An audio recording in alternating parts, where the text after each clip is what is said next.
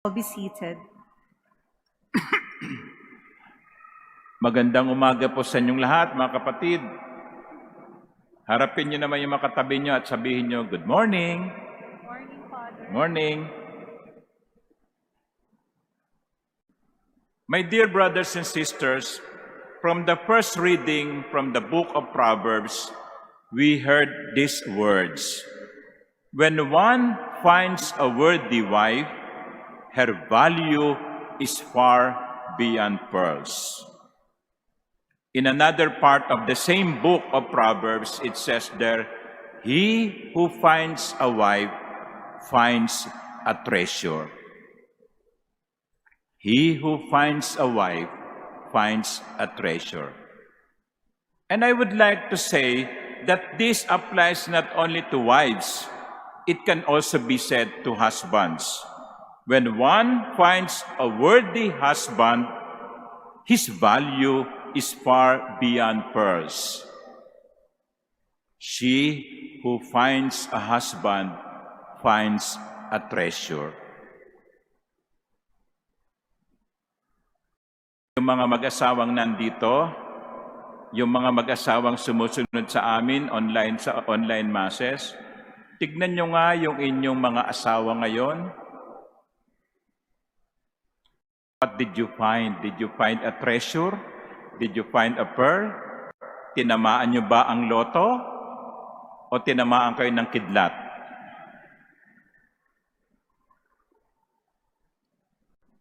Pero yun ang totoo. Ang asawa ay regalo ng Diyos. The spouse is God's gift. You may not agree with me, no? But a spouse is a gift from God. So what do we do with the gift? When we receive a gift, what do we do? Well, first of all, we are grateful for the gift. We thank the giver of the gift. Sana po, mga minamahal kong kapatid, lalo na yung mga may asawa dito, araw-araw, sabihin ninyo sa Diyos sa inyong dasal, Lord, thank you for this gift of my wife.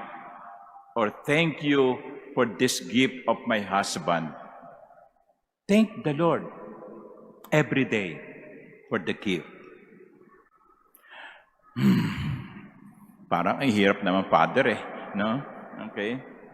But we should be grateful. We should be grateful for the spouse God has given to us. But secondly, my dear brothers and sisters, love and protect the gift. Love your spouse. Love your husbands. Love your wives. Even if sometimes it is difficult to love them, love. And do not stop saying, I love you to your wife. Do not stop saying, I love you to your husband. Sabihin ng mga lalaki narito, no? Father, alam naman niya yun No? Oo, alam niya yun. Pero kinakailangan paminsan-minsan, naririnig niya yun. Sabihin niyo sa inyong asawa, I love you. Honey, I love you. Kahit na pagkaalat-alat ng timpla ng kanyang ulam, I love you pa rin. I love you. Kayo rin, baka pag hindi nyo sinabihan ng I love you yan maghanap yan ng ibang magsasabi sa kanila ng I love you. Say, I love you. Be grateful and thankful for the gift. But thirdly, as important as the first two, nourish the gift. Nourish the gift. You take care of the gift. You bring out the best in each other. You make your spouse a better man or a better woman. Pagyamanin ninyo, pangalagaan, paglinangin ang inyong mga asawa. Nourish the gift. And I think that is one of the messages of the gospel. 3 people were given talents. One was given 5, And he took care of the 5 given to him, and it became 10. The other was given 2, and he took care of the 2, and it became 4. One was given 1 talent, and he did not nourish it. Ibinaon. Sinayang. Mga minamahal kong kapatid, sana ang asawa ninyo lumalaki, hindi lang sa katawan, no? Tumataba. Hindi ba yung mataba ay tanda ng masarap kumain? Sabi sa akin ng isang kakilala ko na nag-silver, sabi niya, alam mo, Father, nung pakasalan ko yung misis ko, ang katawan niyan ay hugis Coca-Cola. Talaga? Oo. Ngayon, 25 years after, ang katawan niya hugis Coca-Cola pa rin, kaya lang Coke in can. Diretso na, no? But I think yung taba, yung kalusugan, tanda ng masayang buhay, di ba? Pag distress kayo, pag depressed kayo, pag ang dami-dami ninyong problema, nakakakain ba kayo? No? Mas masarap kumain. Tingnan nyo yung mga anak ninyo, halimbawa, pinakakain ninyo pero hindi nagbabago ang katawan. Sasabihin nyo, anak, ano ba naman? Pinakain ko na sa iyo ang lahat. Pati panis, pinakain ko na sa iyo. No? Pero bakit hindi ka pa tumataba? Ang matabang asawa ay masayang asawa. Pero hindi lamang pisikal na katabaan. Dapat lumalago din siya. Nalilinang ang kanyang isip.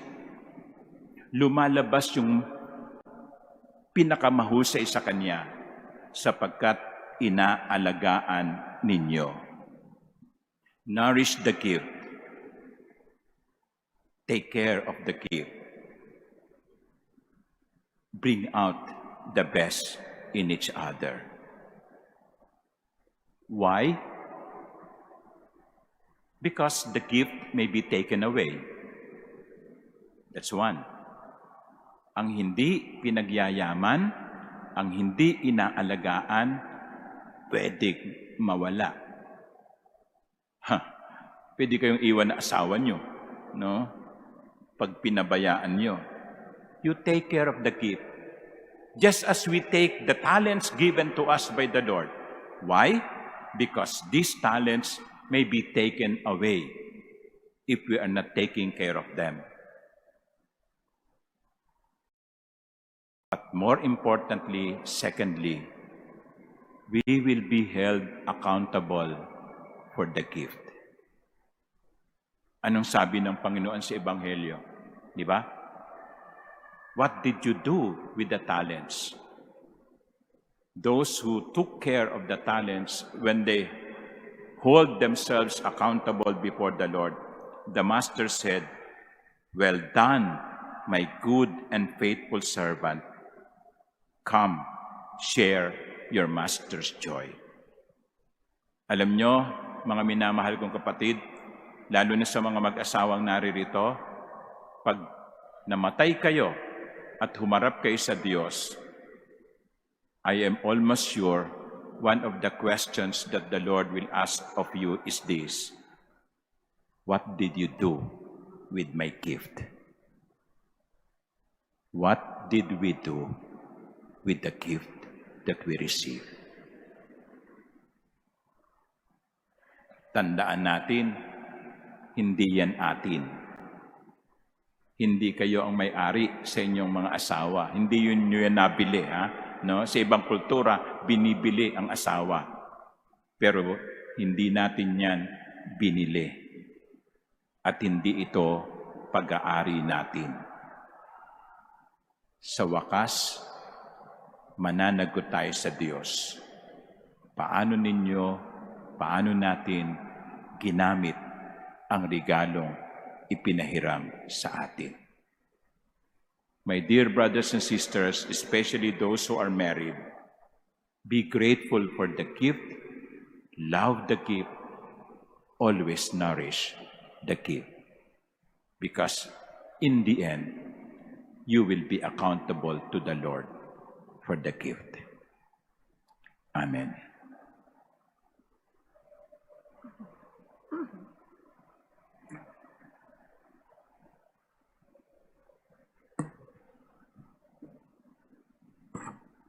Please all stand. I believe in one God, the Father, Father Almighty, Almighty, maker of heaven and earth, of all things visible and invisible, I believe in one Lord Jesus Christ, the only begotten Son of God,